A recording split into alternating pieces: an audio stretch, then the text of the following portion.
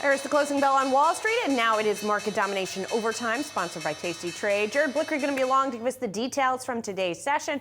I'll start with the major averages here, which we are definitely seeing stronger on the day, but looks like a leg down in the last, half hour or so of trading here. The Dow Jones Industrial, the last time we checked, was up over 1%. Right now, it's up about 255 points, about 0.6%. So it has cut its gains from the highs of the day roughly in half. The S&P 500, same goes there, still up 0.6%, but down off of the highs. And the Nasdaq Composite still hanging on to its gains, but you see that similar movement there, still up by 1.1% as we see the rally continue on not just the trade deal or framework of a trade deal, at least being struck with the UK today, as announced by President Trump and British Prime Minister Keir Starmer. But in addition to that, the president making some commentary about potentially some wiggle room on China ahead of talks in Switzerland with that country. So that's what's going on broadly. Let's get a closer look at today's action with Jared now. Hey, Jared. Thank you, Julie. I'm just going to pull up the S&P 500. Well, actually, the S&P 600. This is small caps, up 1.81%. Companies in here, even though they're small caps, have to be profitable. But in the Russell 2000, which is up almost half a percentage point more, they don't have to be profitable. So interesting to see that dynamic in play. We saw the VIX take a little bit of a dip. And I just go back. The indices like the S&P 500, the NASDAQ, just kind of stalling out under their 200-day moving averages. So we might have a couple days up in a row, but not by a large margin. But what is moving today in a big way is a 10-year T-note yield. That is up 10 basis points to 4.37%. I just want to keep that in the back of our minds here. And today the U.S. dollar was also up. So is this kind of return to the pre-Trump inauguration days when we had yields and the dollar moving in tandem? Too close to say yet, just because we're close to the action, but that's something that we want to continue to follow in the coming days. It'd be really interesting to see if that kind of reverts back to the way things were with these trade announcements. Now here's the sector action, and we can see healthcare in the red. That was leading to the downside, down not even quite 1%. Utilities, another defensive sector, also down. Real estate, staples, all the defensive sectors in the red. But what was leading today were the cyclicals. Industrials, materials, energy, not really a cyclical there always, but consumer discretionary and tech are. And so the top row, we're seeing a lot of those reflected in the Dow and the NASDAQ 100 here. Here's the NASDAQ 100. We can see Tesla up 3%. That was the leader in the Mag 7 today. Looks like AstraZeneca moving to the downside by about 4%, but a lot more green on the screen than red. And I'll show you how the Dow ended the day. More of a mixed board here. Walmart and some consumer staples, as I was talking about, those defensive ones in the red. Walmart and J&J down more than 1%. McDonald's down about 1.5%. Merck a little bit more than that. And let's get a look at the semiconductor trade. Here we go. We can see ARM in the red for about 6%, but overall, looking like tech had a pretty solid day. Josh? All right, thank you, Jared. Well, joining us now is Arneem Holzer, Easterly, EAB, Global Macro Strategist. Easterly has $60 billion in assets under management. Arneem, always good to see you, sir. So let's start with Trump and tariffs and trade, because that was front and center today. President Trump says, okay, we have this limited trade deal with the UK. He also said maybe he would consider lowering tariffs on China if those talks aren't even Switzerland go well. I mean, we were in rally mode today. As a market pro, market strategist, what did you make of those headlines and reports? First of all, thanks for having me, Josh and Julie. We think that there's the on the surface tariff. There's the worst of all possible situations being taken off the table, but there's still this substrate of where are we going to end up. And I think the idea that there are some arrivals here with trade deals is a good thing, but ultimately we're still trying to figure out how this whole mix comes together. We had some musings today about some tax issues around carried interest, around increasing the highest rates. We obviously are concerned around how we're going to see the difference between bottom-up earnings estimates and top-down estimates get reconciled. And some of those things aren't really tariff-related. They're just whether the underlying economy and capital expenditure plans come through. Because remember, the reason we're doing these trade deals is because we want to bring manufacturing back to this country. And so that's part of the optimism. But part of the reality is companies have to make plans. And it does look like in the first quarter, and so far, you're seeing some indications of companies being a little more pragmatic. We haven't seen job shedding yet, but I think some of the recovery that we've seen to date in the last couple of weeks has been about the good news that the worst is off the table. Will these deals that we're hearing here really connote a big upward movement, and will they bring China along? So some of this move, I think, is interesting, but it doesn't necessarily resolve some of the deeper problems that we still see in the market. Well, and if companies are trying to make decisions based on certainty, I guess the question is, can they look at the deal today as a template for other deals?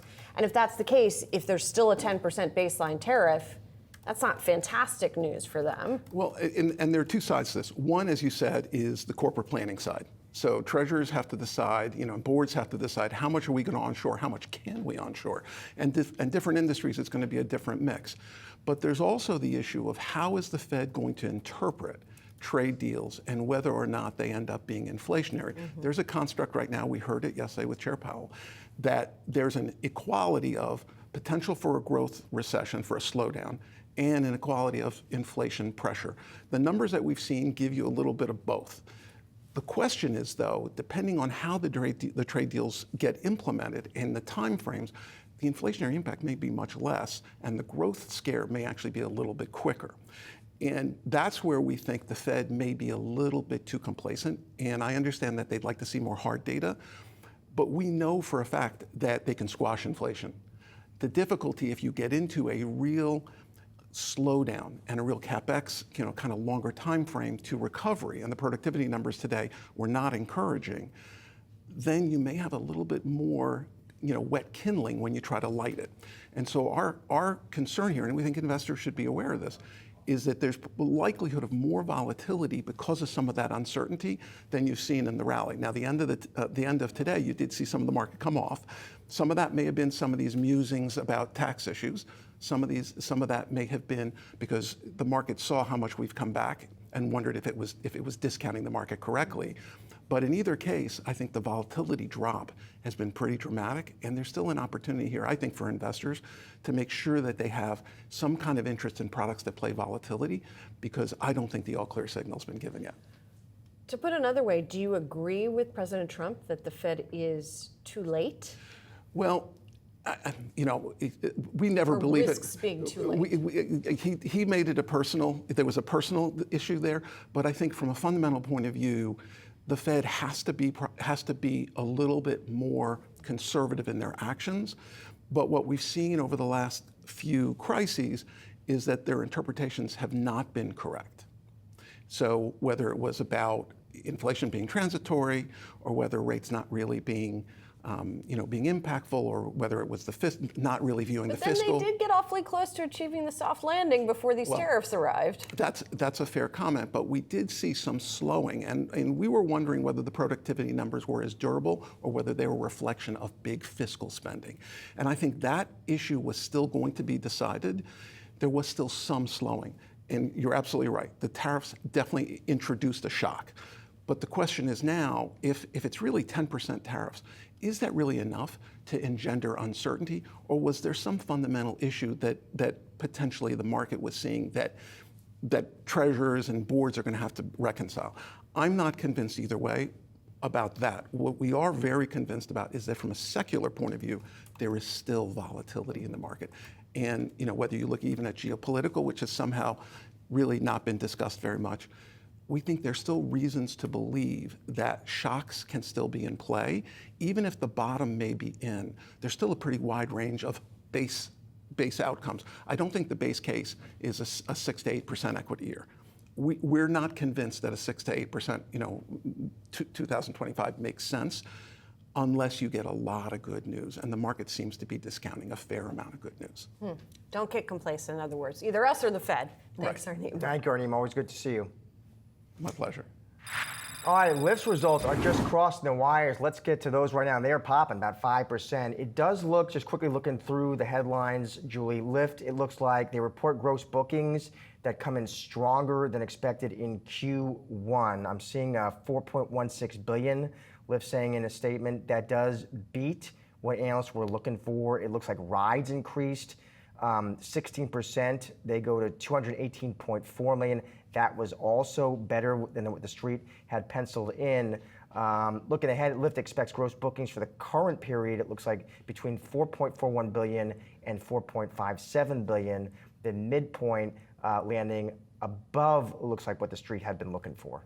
And also forecasting adjusted EBITDA of $115 million to $130 million. So adjusted EBITDA margin, as they point out, as a percentage of gross bookings at 2.6% to 2.8%. So it looks like overall investors happy about the numbers here. 5.4% is the gain we're seeing in the stock. By the way, also a new repurchase program authorization, new stock buyback for the new total is $750 million. So, kind of a little bit of sugar there for investors as well, even as we get these good numbers. Yeah, stock higher in today's trade, which is, remember, we got Uber's results as well this week. And remember, they actually posted gross some results that at least disappointed some investors, but Lyft higher now. All right, we're going to take a break, come back perhaps with Coinbase numbers. Stick around, much more market domination overtime still to come.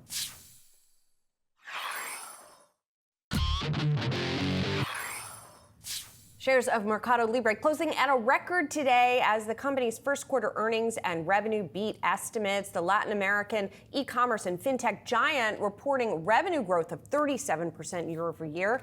Martin de los Santos, CFO of Mercado Libre, is back with us now. It's good to see you again, Martin. Thank you so much for joining us. Hi, thank you very much for having me again. So part of your numbers were driven by an increase in Argentina. And obviously you guys, huge in Brazil, huge in Mexico, but talk to me about perhaps how the changing macro conditions in Argentina are helping your business. Yes, we have seen a significant change in macro in Argentina for the past few quarters. I mean, 1 year ago was probably the lowest point in terms of macro, where we saw numbers of items decrease in the platform, which was very rare for our ecosystem. And over time, over the past few quarters, we have seen improvements. And I think in Q1, we had tremendous results. But it's not only macro that helps us. The fact that we have millions of users already interacting with our platform. Our brand in Argentina is very strong, both for Mercado Libre and Mercado Pago, which is our commerce and fintech ecosystem. We have one of the largest money market funds in Argentina, the largest money market fund in Argentina. We're by far the largest e-commerce platform. So I think it's a combination of macro plus the user experience and all the investment and the innovation that we're doing on our platform that enabled us to deliver very strong numbers in Argentina. Items sold in Argentina grew by 52% year on year. Our credit book grew 4x from last year, 4 times. And all of the metrics, both on the commerce side and the fintech side, are performing extremely well, not only in volume, but also improving profitability. So we had a very good quarter in Q1 in Argentina, and we're very optimistic about the changes that are happening in Argentina and the macro situation going forward. What are those changes specifically, Martin, that you're optimistic about? Well, we're seeing inflation coming down, a lower interest rate that is helping our users finance transactions on our platform, make credit more affordable to them. The FX, there was a lot of frictions in terms of the FX market. Now it's been normalized in Argentina.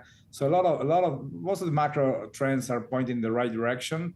And obviously that really helps not only us and our results, but also consumption in general, which is picking up again in Argentina.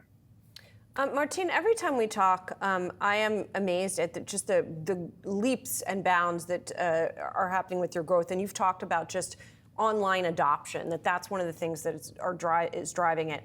We've also talked about how you're not very exposed to tariffs directly in the U.S. because you're not dealing in the U.S. effectively, although you do have a warehouse in Texas. What I'm curious about is whether you're concerned in particular about the Mexican economy as a result of the trade back and forth with the United States, and whether you're seeing any signs in your business about the tariff effect there and on the economy.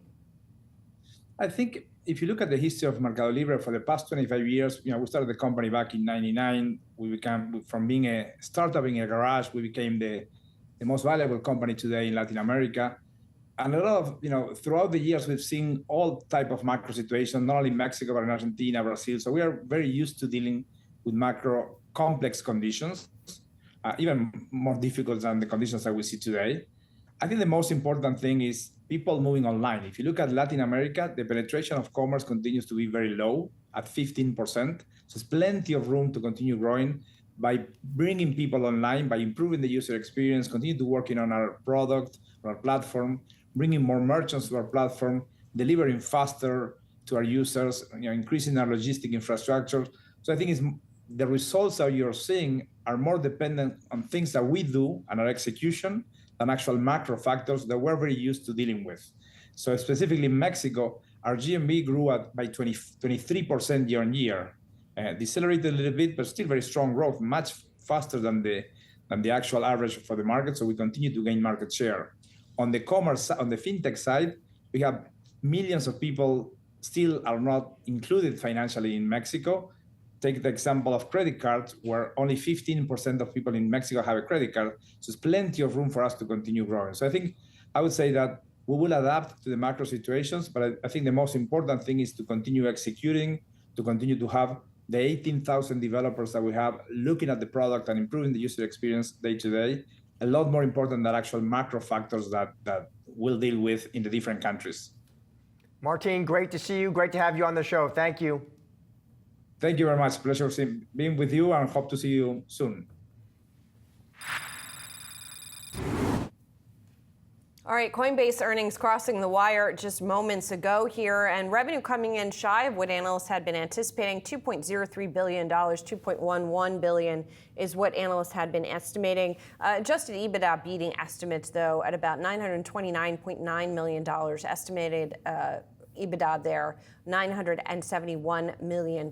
Transaction revenue pretty much in line with had been estimated, but subscription and services revenue a little shy of what had been estimated. Now, for a company that you would think would trade pretty much in line with Bitcoin, that's not really what's happened this year. We have seen this stock pull back, even as we have seen Bitcoin recover to some extent. I do want to mention, though, we did see the shares gain about 5% in today's session, and that's after it agreed to buy a crypto options platform called Deribit. So that propelled the shares higher. So to put it in context, the pullback, Josh, coming after the boost that it got from announcing that. Yeah, I know investors make a beeline for that subscription and services revenue, and that for Q1 comes in at $698. That's a bit light. The street was more closer to $703. I'm just looking for their Q2 call on that. They're looking for Q2 subscription services revenue between $600 million to $680 million, but that'll come up. And as well as, of course, about the big M&A news they made today, saying they have agreed to buy Deribit for about $3 billion. Yeah, exactly. All right, let's get more on the latest results from Coinbase. Mark Palmer is joining us, Benchmark Company Managing Director and Senior Research Analyst. Mark, I'm sure you're still sifting through the results, but I know you're a bull on this name here. But I am curious what you make of that revenue miss. Yeah, well, first of all, thanks for having me. The miss is, in the big picture, really inconsequential, especially relative to today's news, where the company announced the largest acquisition in the history of the digital asset industry, and positioned itself to be an even bigger player among institutional investors. So what we're seeing right now in terms of the top line, and particularly subscription and services revenue, that is point in time. What we are thinking about is where are these numbers going to go once Deribit is actually part of the Coinbase family, and that's what's really exciting. So right now, if you look at subscription services, you've got custody, you've got staking, you've got the contribution of stable coins, but derivatives is really not a big part of that. And if we see the kind of institutional adoption of crypto that we are anticipating, a lot of those institutional players want to express their views in crypto via derivatives. And so now Coinbase via Deribit, which is the largest player globally, is in a great position to do exactly that. And Mark, I know, though, you make a beeline, as so many do, for that subscription and services revenue number. So the fact that in Q1 it did come in a touch light, 698, consensus was 702.5, that's not a concern for you? No, it really isn't. Especially The trading volume side, have the ability to track. Any analyst can track that on a daily basis. The reason why subscription and services revenue is so important is because the company is trying to become less dependent on particularly retail transaction revenue. And so the more that it can grow that number, the better. But again, this is a work in progress. If we are able to see the U.S. Congress pass and enact a market structure bill such that there's a regulatory framework and institutions feel much more comfortable participating in the crypto space, then the numbers with regard to staking, for example, custody, and now derivatives are likely to be much, much higher. So this, in our view, is really not about where they were as of March 31st, what happened in the first quarter of 2025. It's about where do we go from here. And there are some pretty exciting things on that front, especially, again, if we see that legislation passed so that everybody knows what the rules of the road are going to look like going forward. At the same time, Mark, Coinbase still operates in the world that we all operate in, and it's a world where there are a lot of question marks right now, and they refer to that in their letter. They say macro uncertainty, including around global trade policy, is impacting consumer sentiment and may contribute to softer crypto trading markets and lower asset prices as we enter the second quarter. And I think that's been one of the interesting things during this first stretch of the year for underlying crypto prices, right, is that it wasn't a safe haven. Gold was the actual safe haven. The old school safe haven was the safe haven. And so how then does that affect Coinbase if there is more risk in the market and if it hits crypto prices? Well, I think it's pretty clear, based on what we've seen recently, that, the macro is still very much a factor as it pertains to, all things crypto. With that said, it is pretty impressive that with the kind of market and macro uncertainty we still see right now, Bitcoin today surpassed 100,000 for the first time since January 20th. And so, clearly there is a bid there, just between two of the big players, BlackRock being one and Strategy, the former MicroStrategy, being another. They're buying up quite a bit more than the amount of Bitcoin that's produced in a given day. So the demand side is there, and we have not even gotten to the point at which institutions have seen the green light to really participate. So yes, the macro is going to be a concern. We saw that hit Coinbase shares over the last couple of months. But at the same time, the setup here going into the back half of 2025 in terms of the legislative initiatives, in terms of the potential to have institutions get involved in earnest for the first time, because of course crypto is that odd asset class where retail investors have led the way in terms of adoption since crypto's been around for the last 15, 16 years. You bring the institutions into play, and the first step was really the fact that the SEC approved in the U.S. Bitcoin spot ETFs. With that in place, we've seen 140 billion of those now. The next step is allowing institutions to feel comfortable entering into the space. And again, the way that these institutions typically want to express a view is via derivatives. And as of today, Coinbase is now in a position to be the leader in that space. That deal is supposed to close at the end of this year. So going into 2026, you could see a very exciting new revenue stream just at the time when institutions are getting the green light. Mark, so I know you have a buy on this name, you're a believer, but when you're talking to your clients, Mark, and they say, okay, it's a buy, but what are the downside risks I need to consider? You say what, Mark? I think there are a few things. I mean, just today, we saw that in the U.S. Senate, one of the two versions of the stablecoin bill was voted down by a single vote. It was 49-48. And ultimately, there's probably going to be some more horse trading that occurs before that story is over. But if we don't see that legislation passed that would enable the institutions to feel more comfortable, then this is still very much a retail space. Retail investors, as we've seen, are somewhat fickle as it pertains to crypto. And that translates into an awful lot of volatility in the stock market. translates into a lower multiple, typically speaking. This is why Coinbase is so focused on that subscription and services line. The more recurring revenue that is part of the story, the fuller the multiple on the stock should be, the better the stock should perform. Mark, appreciate that instant analysis and reaction. Thank you, sir.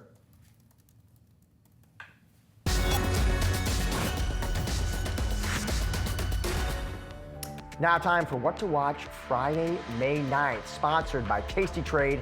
Starting off on the Federal Reserve, the Fed releasing the cavalry tomorrow with 10 officials set to speak. This is coming after yesterday's FOMC interest rate decision. The Fed holding rates steady for now. In a post-decision press conference, Fed Chair Jay Powell did say that the risks of higher unemployment and inflation have risen.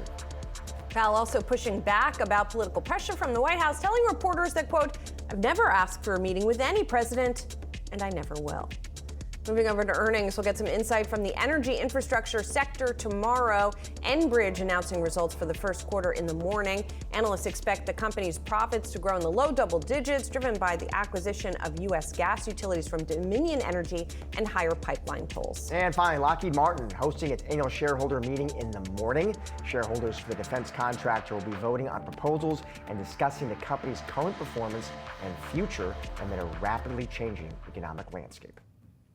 That'll do it for today's Market Domination Overtime. Be sure to come back tomorrow at 3 p.m. Eastern for all of your coverage leading up to and after the closing bell. But don't go anywhere. On the other side of the break, it's Ask You for a Trend. We've got you covered for the next half hour with the latest and greatest market-moving stories so you can get ahead of the themes affecting your money.